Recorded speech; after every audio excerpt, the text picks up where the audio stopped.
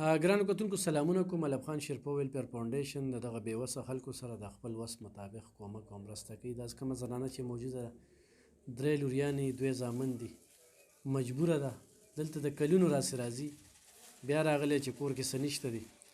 لورکۍ دپاره چې کوم دی نو دا ام راوستې و، هغې په خپلو خپو باندې پکې دا چپړې چې کومې دي خوښې کړې او ورسره چې کوم دی نو دا ځان سره دا دال واخلې او دا ځان سره وړه واخله. ښه، خو چېرې دا ځای نه وي نو ژوند به څنګه و چې دا کوم حالات روان دي، 5 بچي او زه دې ځای نه بل ځای ساسره نشته، دغه شان ناست بس بیا دې خوا رامخه وکړو.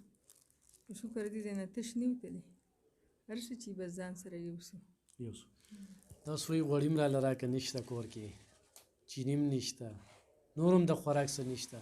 د ډېر څه حقداره ده، موږ وایو چې ډېر څه وله ورکړو، خو زموږ چې څه وي نه پکې مره وي. ښه، چاته دا نه وایو نه ډرامې جوړو چې دا م ورکړل او دا م ورکړل، خو بیا خو م الحمدلله چې الله څه ناڅه ورکوو په دې ګرانه ګرانۍ کې. دا د الله پاک لاک لاک شکر دی چې څوکانه خالي لاس د دې ځای نه نه ځي.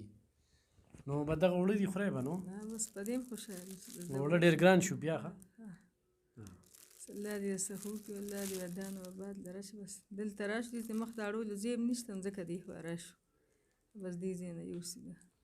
او بچي یې چې کوم دی هم بیمار دي، د علاج دپاره هم پیسې پکار دي، او ماشومان یې چې کوم دی نو په مدرسه سکولونو کې هم ضرورت دی. نو خو تاسو د دې په نوم باندې ما له سره ولېږل، نو همدغه شانتې په کیمره به مې ورکړي چې خورې مورې دا ته پلانکي را لېږلي دا پیسې واله، او په دې دا خپل کار روان کړه. نو ضرور ورسره کومک وکړئ، ضرور ورسره مرسته وکړئ. د الله سره تجارت دی، آخرت کې ځان له ثواب ګټل دي، توحه ګټل دي. د داسې قسمه خلکو سره ډېره ګرانه ده. زه چې کله د دوی دا خبرې واورم، خو بس چې سم وس یې هغه وکړو، نو زیات خو څه نه شو کولی.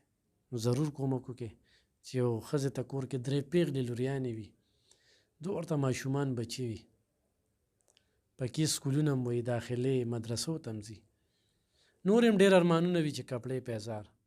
الحمدلله کپړو ضرورت یې مونږ پوره کړی دی، یوې پکې پیزار شو، خو ښکلې پیزار شو. نو مزید خو تاسو راسره څه مرسته وکړه، مونږ به دوی سره تعاون وکړو. مننه.